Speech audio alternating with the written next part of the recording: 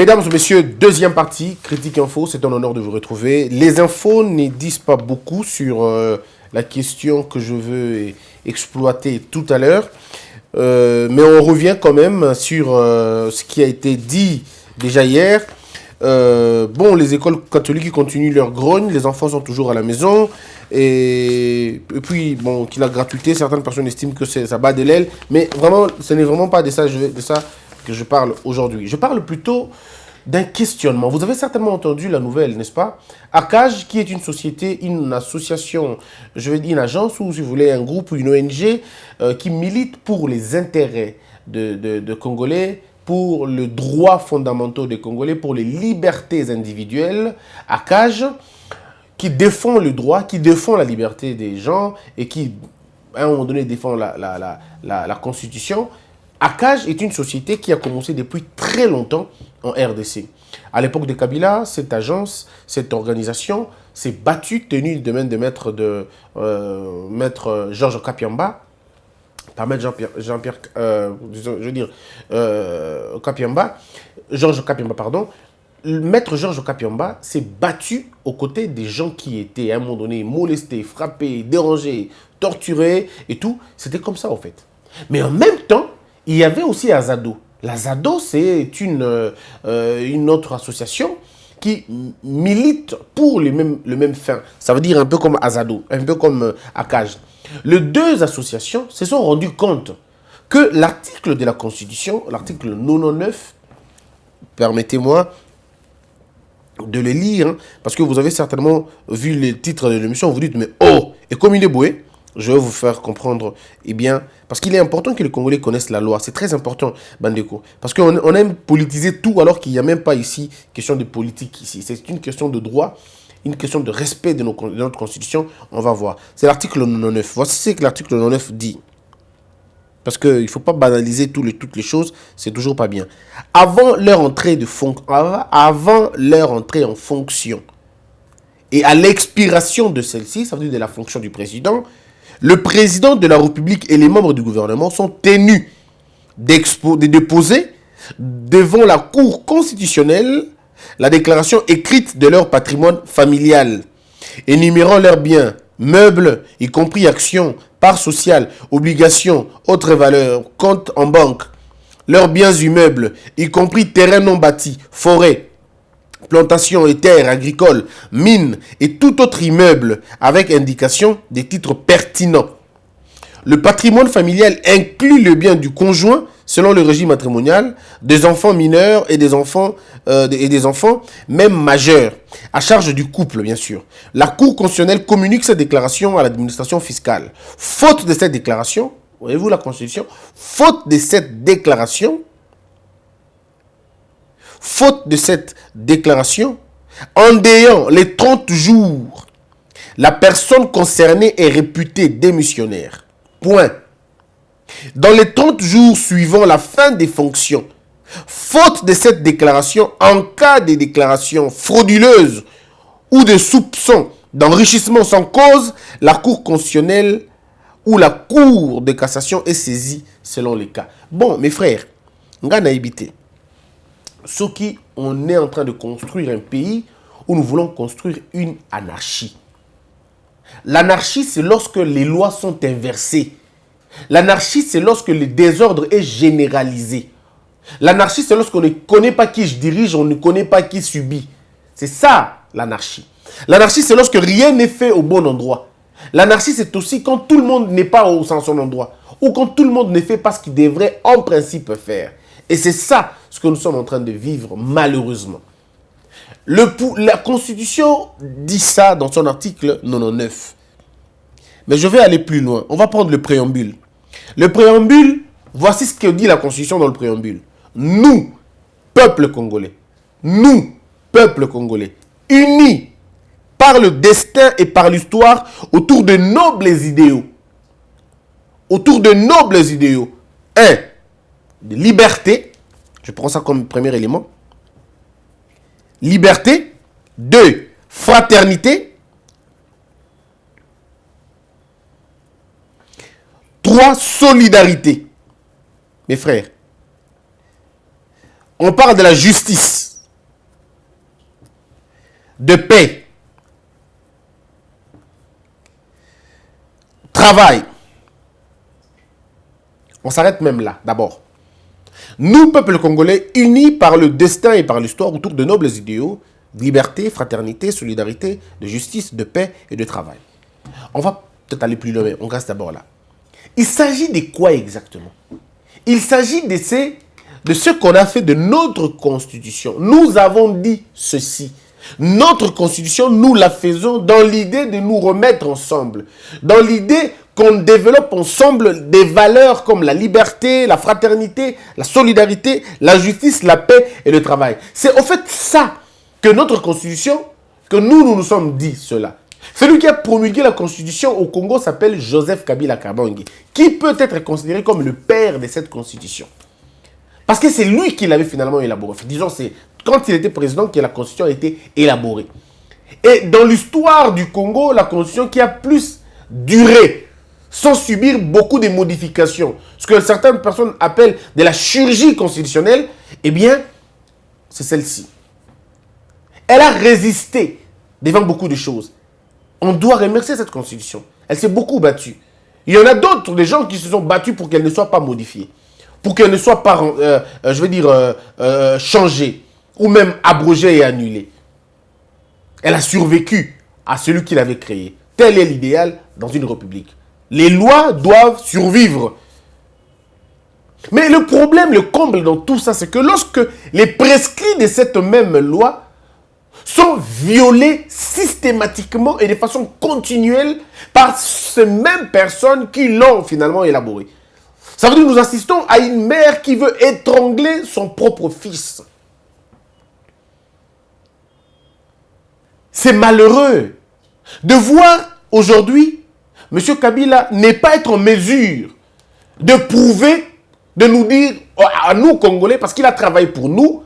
Les gens pensent que c'est de l'acharnement, mais ce n'est pas de l'acharnement, c'est un rappel historique, mes frères. On ne peut pas gérer un pays pendant 18 ans et s'en aller comme ça, comme si de rien n'était. Non, non, c'est simplement impensable. On ne peut pas gouverner pendant 18 ans et partir et qu'aucun audit ne soit fait. Non, mais vous comprenez ça comment? Comment vous expliquez ça? Au nom de quoi on va dire, on va fermer les yeux? Au nom de quoi? Au nom de quoi?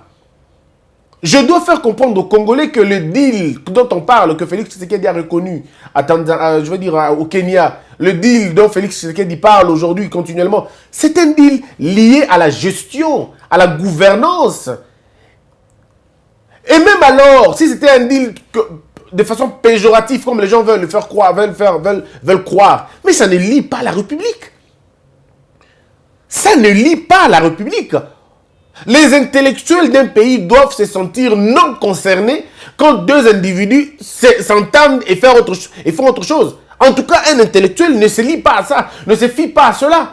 Un intellectuel reste dans ce qui est dit dans la loi. Et lorsque nous combattons en fonction de ce qui est dit. Pas en fonction de ce qui devrait être fait ou non. En fonction de ce que dit notre Constitution.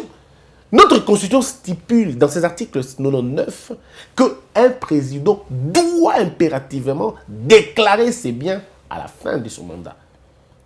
Mais M. Kabila ne l'a pas fait. Félix Tshisekedi, lui, il l'a fait. Mais lui, Kabila, ne le fait pas. Et personne n'est là pour dire, monsieur le président honoraire, vous êtes sénateur, vous êtes le symbole de la sagesse. Le Sénat est un symbole de la sagesse. Alors, quand vous êtes symbole de la sagesse, vous êtes les meilleurs des élus, dans la mesure où vous, c'est toute la nation qui vous donne la charge. Vous êtes sénateur parce que la nation vous récompense. On dit, monsieur, pour avoir travaillé, même lorsque vous n'avez rien fait de bon, je vais dire ça de façon générale, mais le peuple vous reconnaît en disant, bon, messieurs, vous allez vivre au Sénat. On veut que vous puissiez rester au Sénat, nous voulons vous voir en vie. Restez au Sénat et vivez le plus longtemps que possible. Mais pour ça, faites une déclaration de ce que vous avez gagné, parce qu'on doit vérifier. Personne ne dit ici qu'on veut arrêter M. Kabila et l'amener en prison. Non. On dit simplement, dites-nous, et notre loi est fragile quant à ce. Vous ne passez pas devant le juge. Vous ne passez pas devant qui que ce soit. Et ici, on ne dit même pas de bien vouloir nous dire le prix, le montant. Non, on vous dit simplement, faites ça, déclarez juste. déclaré juste. Mais même pour se prêter à cet exercice, on a du mal à le faire. Alors du coup, tout le monde vous prête des intentions. Parce que lorsque vous ne venez pas déclarer ce que vous cachez les choses, il y a une intention, un animus nocandi. Il y a l'animus nocandi. Parce qu'il y a une intention de se soustraire de la procédure. Non, on ne se soustrait pas quand on a été président pendant 18 ans. Quand on a des rapports par-ci, par-là, qui sont certifiés ou pas, qui vous donnent plus de 80 entreprises dans le monde, qui vous donnent de telle part en uranium, de telle part en mine, tout ça, qui vous donnent toutes ces choses, on a besoin de savoir si c'est vrai ou c'est faux. Quand vous avez une ferme, quand vous avez Kingakati, et pas seulement Kingakati, quand vous avez dans pratiquement toutes les provinces des grandes maisons, des très grandes concessions. Mais il y a lieu qu'on se pose des questions, comment vous les avez acquis? Et vous devez dire aux Congolais, au fisc congolais, vous devez présenter ça au niveau de la Cour constitutionnelle, qu'on essaie de voir comment vous avez fait. On vous paye combien et combien vous pesez aujourd'hui en termes immobiliers. Combien vous pesez en termes immobiliers? Est-ce que dans toutes ces passations, n'y avait-il pas eu beaucoup d'avantages que vous êtes octroyés dans votre qualité de président? Parce qu'il est tout simplement malsain. Alors, les organisations comme Azado, comme Akaj, se disent non, trop c'est trop. On ne peut pas comprendre. Comment on veut qu'on soit ministre, qu'on soit gérant dans ce pays et qu'on n'arrive pas à donner l'exemple? Comment? Parce que dans certains pays, c'est automatique. C'est automatique. On n'a même pas besoin de vous suivre. Quand vous êtes nommé, vous commencez déjà à récolter, à mettre vos biens ensemble et à aller dire, présenter ça au fisc. Présenter ça à la cour. Et puis, on sait comment ça se passe. Et quand vous terminez votre mandat, c'est automatique. Obama, quand il termine les mandats, c'est automatique. Automatique. Il n'a même pas besoin qu'on lui rappelle ça. Il sait que je veux me soumettre à la loi. Mais ici, M. Kabila ne le fait pas. Mesdames et messieurs, quand on en parle, les gens disent, non, mais Christian, tu t'acharnes contre Kabila. Il n'y a que lui dans ta bouche. Non. On rappelle ici simplement que quelqu'un nous a géré pendant 18 ans. Il est important de le rappeler. Nous nous sommes donnés, il faut peut-être faire aussi l'audit du pouvoir de Kabila depuis 18 ans. Je dois vous rappeler ce que c'est. M. Kabila promet la liberté aux Congolais. M. Kabila promet la liberté, pas lui, la Constitution. Et lui, il est le garant de la Constitution. Quand il promet la liberté aux gens, est-ce qu'au Congo, nous avons eu cette liberté-là? S'il y avait la liberté au sens propre, on n'aurait pas eu beaucoup d'exilés politiques. On n'aurait pas eu beaucoup de prisonniers politiques. Allez parler de votre liberté. Dites ça à ceux qui sont en prison aujourd'hui. Il faut leur parler de la liberté. Vous allez vous rendre compte qu'il y avait des droits, des décisions judiciaires rendues politiquement. Il n'y a pas eu de liberté. Vous ne dites pas liberté quand on masse, quand on tue les gens. Parce qu'ils marchent. Thérèse Kapangala n'était pas morte parce qu'elle était allée se prostituer. Cette jeune dame voulait protéger la vie d'un autre. On a tiré à l'église, on a gazé les prêtres. La liberté, telle que promue dans notre constitution, on ne l'a jamais vue au sens propre. On a eu des libertés relatives. Et une liberté relative n'est pas une liberté, c'est une obstruction à la liberté. Et ça, il faut le dire aux gens. Qu'est-ce que vous allez dire à Rossi Chimanga? Vous parlez de la liberté? Parce que liberté, c'est liberté de mouvement, liberté des marches, liberté d'expression, liberté de parole, liberté de réfléchir. Chibeya est mort pourquoi? Simplement parce qu'il a voulu exercer sa liberté. La liberté d'expression a coûté à Chibeya la prison, disons, la mort. La liberté de manifester a coûté à Rossi Chimanga la mort, à Eric Boloko la mort. La liberté de s'exprimer a coûté à mon ami Luc la mort. La liberté de mouvement, c'est vrai, je n'encourage pas l'attitude d'Armand Tungulu, je n'encourage pas son action parce que j'estime qu'un président de la République on lui doit du respect. On ne l'insulte pas. Je suis convaincu qu'on ne l'insulte pas. Je suis convaincu aussi qu'on ne jette pas des pierres sur son cortège. Je n'encourage pas Armand Matungulu. Je ne l'encourage pas, mais je n'encourage pas non plus le retour, la réaction, je n'encourage pas non plus. Je n'encourage pas non plus qu'on tire sur quelqu'un parce qu'il a une pierre à la main. Non, s'il vous plaît. Quand on a une pierre à la main, on ne tire pas sur la personne avec une arme. C'est disproportionnel, c'est déséquilibré. C'est criminel, à un moment donné, c'est mauvais. Je ne conçois pas. Je ne conçois pas. Alors, de quelle liberté on nous parle? Cette liberté qui n'a jamais été respectée. Je veux vraiment être, je veux dire, assez réglo. La seule liberté que disons que Kabila avait apportée aux Congolais, c'est peut-être la liberté d'expression à une certaine mesure. Ah, j'en connais des gens qui ont bouffé de l'air, hein, simplement parce qu'ils voulaient exercer la liberté d'expression. Moi, je suis témoin, j'ai exercé ma liberté d'expression avec toute politesse, en toute responsabilité. Je n'ai jamais été arrêté. Mais d'autres ont utilisé leur liberté d'expression en insultant les gens, en allant méchamment, en racontant des choses qu'il ne fallait pas. Mais je suis d'accord qu'à eux, ils ont eu des problèmes. Eux, ils ont rencontré des soucis. Simplement parce qu'il ne faudrait pas qu'on tombe aussi dans l'anarchie. La liberté d'expression, ça ne veut pas dire insulter les gens. Je suis contre ceux qui insultent. Monsieur Kabila est un père des familles, il est président de la République, il a été président de la République, il a été sénateur. Je lui dois du respect. D'abord en tant qu'humain, en tant qu'aîné, en tant que parent, et puis en tant que responsable politique. Je lui dois du respect. Mais quand il s'agit de qualifier les actes qu'il pose, alors je le qualifierai dans tout le respect possible, mais avec les termes qu'il faut. En ce moment-là, ça ne sera pas de l'entrave, mais plutôt de l'exercice de ma liberté d'expression. Insulter, c'est mal. Mais qualifier les faits, c'est pas mal. Mais à l'époque de M. Kabila, on avait ce mélange-là. On avait vraiment ce mélange. Je suis d'accord, il y avait beaucoup d'exagération. Il y avait beaucoup d'abus aussi.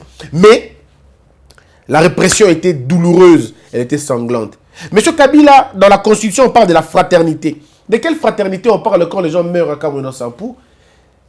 De quelle fraternité on parle quand les gens meurent à l'est du pays? Quand les femmes sont violées? C'est ça la fraternité?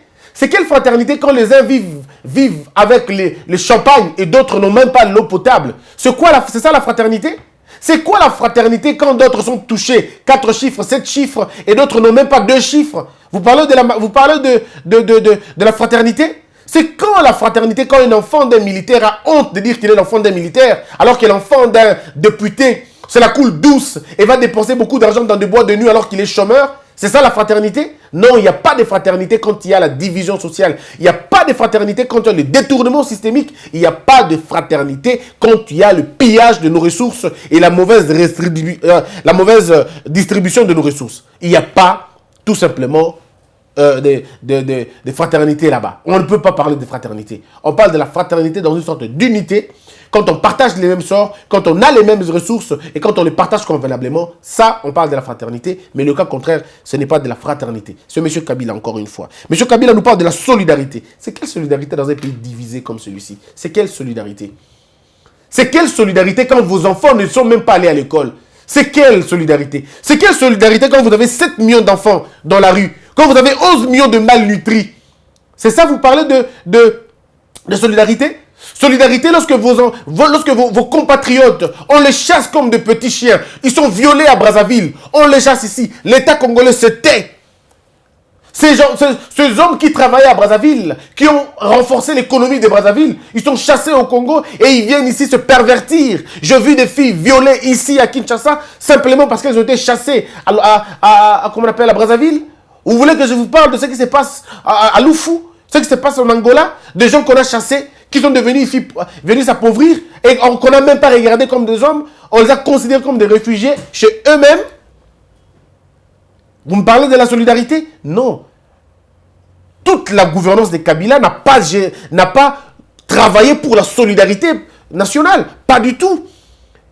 Comment vous êtes un État, vous ne prenez pas en charge vos enfants? Comment vous êtes un État, vous ne prenez pas en charge vos malades? Comment vous êtes un État, vous ne prenez pas en charge les handicapés? À l'époque de Kabila, 18 ans diront, aucun bus en faveur des handicapés. Aucune infrastructure qui favorisait les handicapés. Laquelle? Elle était où? Que dalle.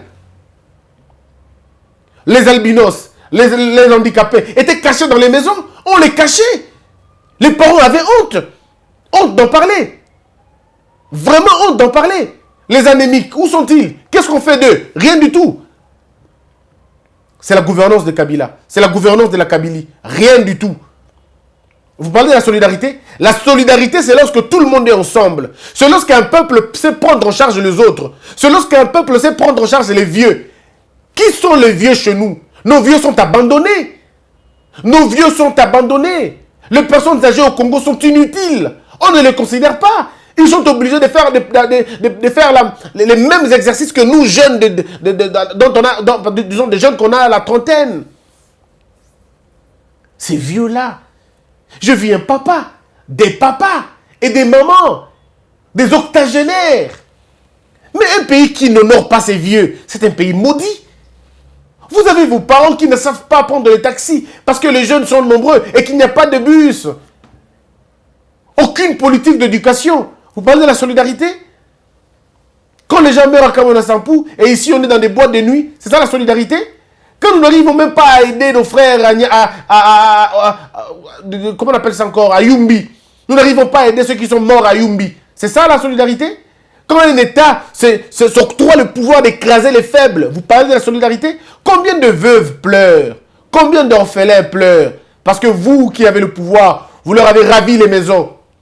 Parce que vous qui avez le pouvoir, vous avez tué leurs parents et vous ne vous occupez pas d'eux. Combien de gens sont tombés sous le coup de la police et que la police a pris en charge? C'est ça la solidarité? Combien de gens sont aujourd'hui tombés dans la coup et la catastrophe naturelle? Il y a eu des catastrophes, érosion, ces gens-là sont dans la rue. Vous parlez de la solidarité? Laquelle? Elle était où? Qui l'avait conçue? Et comment on la vivait? Il ne faut pas tromper les gens. Si on fait les bilans de la Kabylie, c'est un bilan honteux. Et je ne comprends même pas comment ces gens ont le courage de revenir vous parler encore. Mais c'est humiliant. C'est humiliant, c'est insultant même. On parle aujourd'hui de la justice. C'est quelle justice? Où n'importe qui peut devenir juge? Où n'importe qui peut devenir magistrat? Pendant ce temps, les vrais magistrats, les vrais juges croupissent. Ils n'ont pas de promotion parce qu'ils ont refusé d'obéir. Ils n'ont pas de promotion parce qu'ils ont refusé d'appartenir à un parti politique. C'est ça la justice? C'est ça la justice? Une justice qui confond la corruption et la subornation. C'est ça la justice? Une justice qui valide et invalide les députés sans aucune preuve. C'est ça la justice? Une justice incapable de demander à la CENI de faire le recomptage. C'est ça la justice? Ah non, s'il vous plaît, ce n'est pas de la justice que nous avons créée dans ce pays. On a créé simplement la justo-politique. Et ça ne marche pas malheureusement. Ça ne marche pas. C'est la justice politicienne. Ça ne marche pas dans ce pays. Tous ces éléments, M. Kabila a échoué lamentablement. Je vous parle de faits. Moi, je ne suis pas en train de raconter des choses, des faits. Et nous prenons un fait, nous essayons de l'appliquer sur terrain pour voir. La paix. C'est la Constitution qui dit la paix. Est-ce que nous avons la paix ici? Est-ce que vous allez parler de la paix à l'Est? Vous allez parler de la paix à Ngaba quand les gens rentrent à la maison à 20h parce qu'ils ont peur de rentrer à 21h? C'est ça la paix? Quand on ne sait pas se promener parce qu'il y a des garçons qui vont finalement se charger et blesser les gens, éventrer les femmes, tuer les colonels. C'est ça la paix? On n'a pas de paix. La paix, c'est quand on sait circuler tranquillement. Regardez, nous sommes au boulevard 30 juin, mais les petits garçons nous ouvrent les portières. Ils nous ouvrent les portières et ils nous ravissent des choses à l'intérieur de la voiture, alors des civils, s'il vous plaît. Faites un tour au grand marché avec votre chaînette. Vous allez rentrer sans ça? On va vous la prendre. Vous parlez de la paix? Non, on n'a pas construit la paix au Congo. On ne l'a pas construit, malheureusement. Vous parlez de quoi d'autre? De la paix. Faites ça, dites ça, docteur Mukwege. Dites ça à docteur Mukwege, il va vous comprendre. Dites ça à docteur Mouyembe, ils vont vous dire ce que c'est la paix à l'est du pays. Pas poser la question à cette femme qui ne sait pas aller au champ, elle a la peur au ventre, elle ne sait pas aller. Et même quand elle y va parce que ses enfants sont malades, ses enfants ont faim, elle doit trouver de quoi manger. Elle part, elle ne revient plus, elle a été violée là-bas. Vous voulez de ça? Vous parlez de la paix? Il n'y a pas de paix au Congo, on n'a pas donné la paix dans ce pays. Malheureusement, ça fait mal ce que je dis, mais c'est ça le problème. C'est ça la vérité. C'est quoi la paix? La paix, lorsque vous faites entrer les Mbororo, vous faites entrer les gens qui viennent du Rwanda, qui viennent de l'Ouganda, pour venir extorpiller, piller les gens ici. Vous parlez de la paix? Vraiment? Non, mais il n'y a pas de paix. Il n'y a pas de paix. Si vous voulez parler de la paix, allez parler de la paix à Minembwe. Parlez de la paix à Minembwe. Parlez de la paix à l'est du pays. Parlez de la paix à Bunia. Parlez de la paix à Djougou. Parlez de la paix là-bas. Dans les montagnes de Massissi, à Butchuru, à Bunga. Parlez de la paix là-bas. On comprendra que vous parlez de la paix. De quelle paix on parle? La paix de Kinshasa? On va terminer avec le travail. Le travail. 96% de chômage. Ça, le travail? Quel est le travail? On travaille mal au Congo. Très mal au Congo. C'est quoi le travail? On vient de 8h, on rentre à 13h? C'est ça le travailler? Non.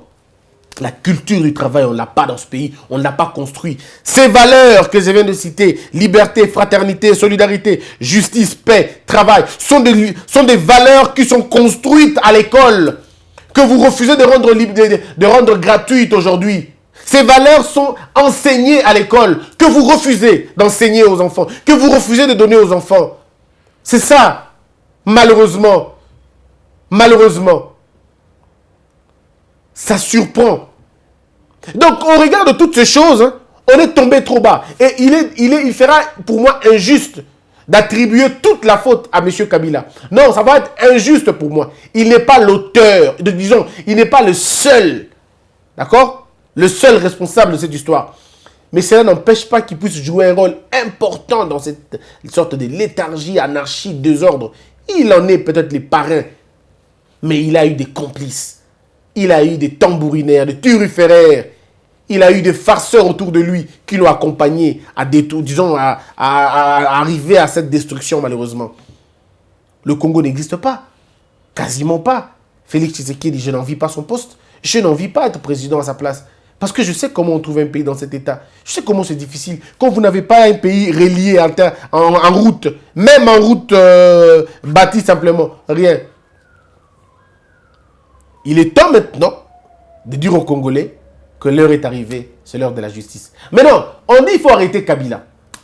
C'est ce qu'on dit finalement. On dit qu'il faut auditer le président, l'ancien président. Mais comment on va l'auditer? C'est pourquoi j'ai posé des questions. Si vous regardez la vidéo, le titre, c'est que Kabila sera-t-il arrêté? Par qui? Pourquoi? Comment? Et quand? La question par qui? Qui va et qui doit l'arrêter? D'abord, avant de qui doit l'arrêter, on doit savoir pourquoi on va l'arrêter.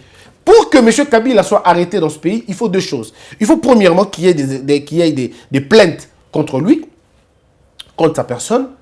S'il y a des plaintes et que les plaintes sont formelles, les plaintes sont vraiment structurées, qui remplissent les conditions, oui, d'accord. Là, c'est qu'on peut l'arrêter. Mais maintenant, qui va l'arrêter? Il faut vraiment se tromper de croire que cette justice, telle qu'elle est là, elle va arrêter Kabila. C'est du leurre. On va d'abord l'accuser où? Quels sont ces juges que vous voyez au Congo? Quels sont ces magistrats que vous voyez au Congo qui peuvent avoir le courage d'inviter Kabila chez lui dans son bureau? Mais qui peut avoir ce courage-là? Non, mais vous avez des juges et des magistrats qui ont peur eux-mêmes. Ils ont une autocensure eux-mêmes. Ils savent qu'ils ne peuvent pas. Alors que la loi leur autorise de le faire. Mais ils ne pourront pas. Parce qu'ils ont tellement peur. Ils ont vécu avec quelqu'un qui, finalement, c'est...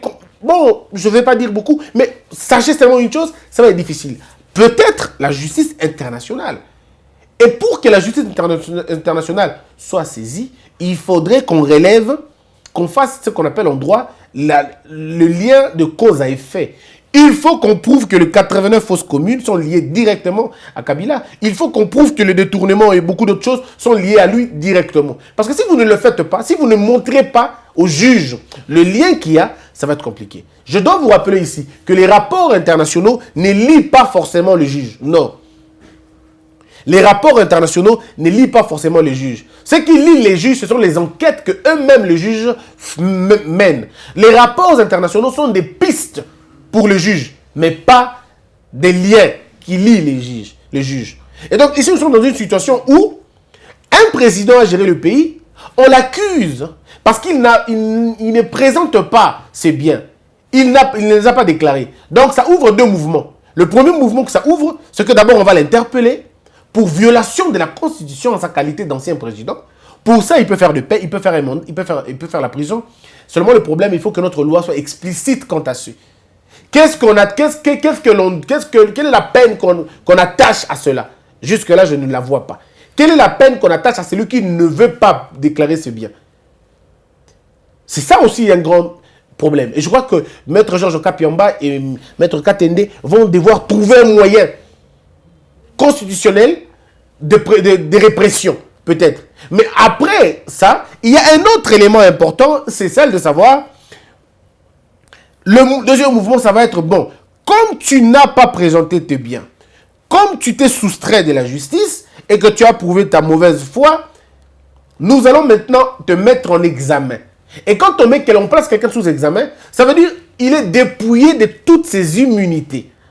Dans les cas d'espèce, il faut demander l'autorisation au niveau du bureau, n'est-ce pas? Parce qu'il est sénateur. On va demander l'autorisation pour la levée de ses immunités au bureau du Sénat. Bon, réfléchissons 2 secondes. Est-ce que vous voyez vraiment M. Tambwe Mwamba livrer Joseph Kabila Kabange à la justice?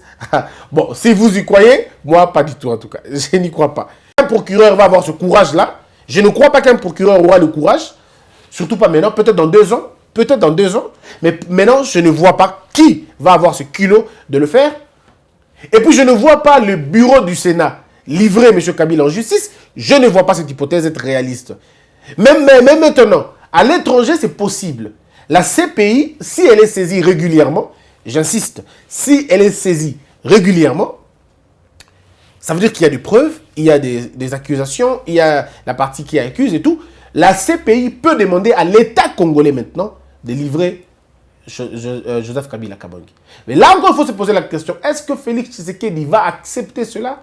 Est-ce que le gouvernement congolais va-t-il accepter cela?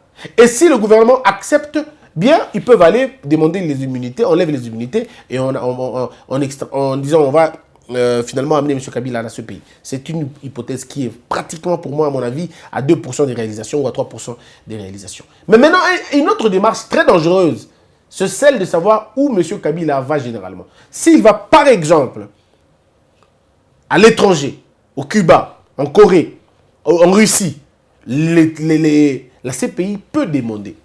Je suis dans l'hypothèse où la CPI était saisie régulièrement. La CPI peut demander, M. Kabila part à la Russie, si la Russie est signataire ou signatrice, si vous voulez, de cet accord. Bon, maintenant, si la Russie a signé, la Russie peut peser pour dire, bon, d'accord, on envoie, ou on n'envoie pas. Ou alors, la CPI peut elle-même procéder par force d'arrêter quelqu'un. Ça peut être possible de l'arrêter quelque part. Parce que si on met la main sur lui, c'est fini, quoi. Vous êtes foutu. On vous prend et on vous amène à la CPI et là, vous allez être jugé. Par qui? Donc, je vous ai dit que ici, pour moi, c'est la communauté internationale, disons la justice internationale, qui peut, pour l'instant, avoir l'influence sur Kabila. Mais en tout cas, au Congo, il faut vraiment ne pas arriver à cela. Pourquoi faut-il l'arrêter? Si on doit l'arrêter, pourquoi on doit arrêter M. Kabila? Ça dépendra des motivations de ceux qui accusent. De ceux-là qui accusent. C'est à eux de nous dire pourquoi ils le font. Comment ça va se passer? Je vous ai donné le plan. Quand ça va se faire, c'est quand les gens vont comprendre qu'il est temps de rendre tout le monde dans la loi. Déjà bongo. Donc, Akaj et Azado, bazar la décision, il y a poursuivre M. Kabila pour qu'il va kangaye parce que le lobby a déclaré bien a été. Nous avons rappelé que déjà le fait de ne pas déclarer ses biens est une infraction.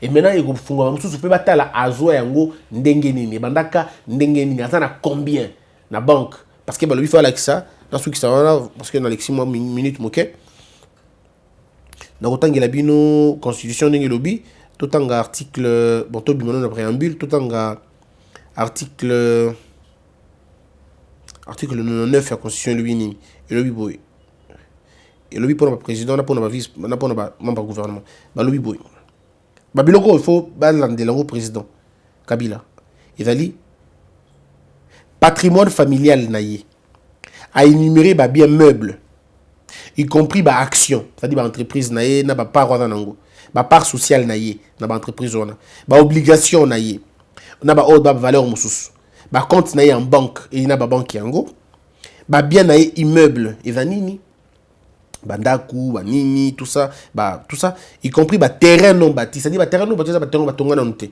terrain non bâti forêt zamba nango plantation ferme agricole mine na nyonso ezali bien autre immeuble et na indication avec indication et des titres pertinents c'est-à-dire indication qui va y penza parce que ça le fisc peut imaginer comment au après. C'est très important pour l'Amboka, surtout sur Bangba se développer. Mesdames et messieurs, merci beaucoup. Moi, personnellement, je n'ai rien contre Joseph Kabila Kabange. Et là, bateau balingaka, comme ça, bateau mingi de bakansa qui doit contrer. Na contrer, na tangi le va fait. De toute façon, on va siliki, alimbisaka, pas chose. Mais nous, on est en train de rester de dire la vérité, rien que la vérité. Que la peur quitte nos esprits et que Dieu bénisse les RDC.